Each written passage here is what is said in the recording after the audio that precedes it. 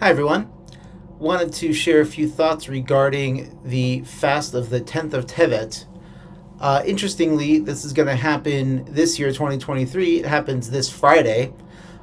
This is unusual in Judaism. This is the only fast in our current fixed calendar that can happen on a Friday. Even then, it doesn't happen that often. Last time we had the 10th of Tevet fall on a Friday was 7 years ago, although interestingly, it will again fall on Friday next year in 2024. So why are we fasting, and what should we be thinking about on this day? So the 10th of Tevet, it commemorates the time during the First Temple period that the walls of the city of Jerusalem were first breached. It's a part of mourning the loss of our temple. However, there were a couple of other tragedies that happened around this time. The 8th of Tevet is typically cited as the day that the Torah was first translated into a foreign language.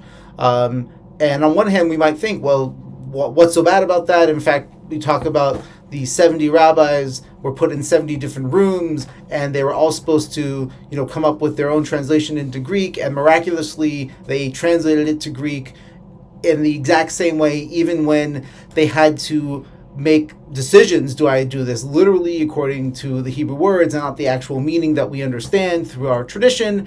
And even though a great miracle occurred and they all translated it the same way, it's still considered something to mourn over.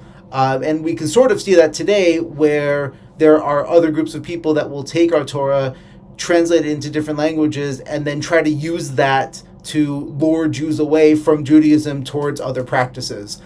So just the fact that our Torah is available for uses that go against Judaism is enough of a reason to include that in our mourning.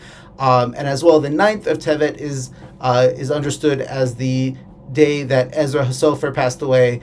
Ezra HaSofer being the one that really spearheaded the return to Israel and the building of the Second Temple. So that was a great loss for Klal Yisrael as well. Now, specifically, because the 10th of Tevet this year is on a Friday, there are more complications as we're all getting ready for Shabbat.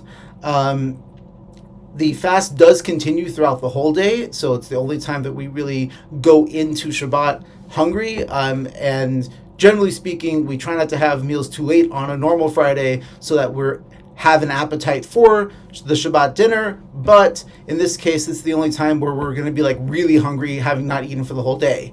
There are some poskim who allow the tasting of Shabbat food on Friday afternoon just to make sure it's going to taste okay. However, first of all, I'm not making any psak din here, so please consult your local Orthodox rabbi for anything in your specific case.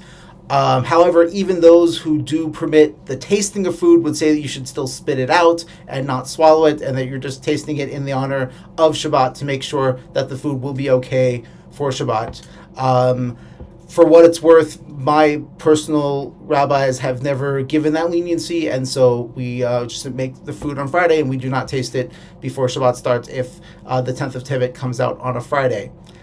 Other than that, the main thing I think for these fast days is to remember why we're fasting and to realize that we've had tragedies both long ago and obviously very recently.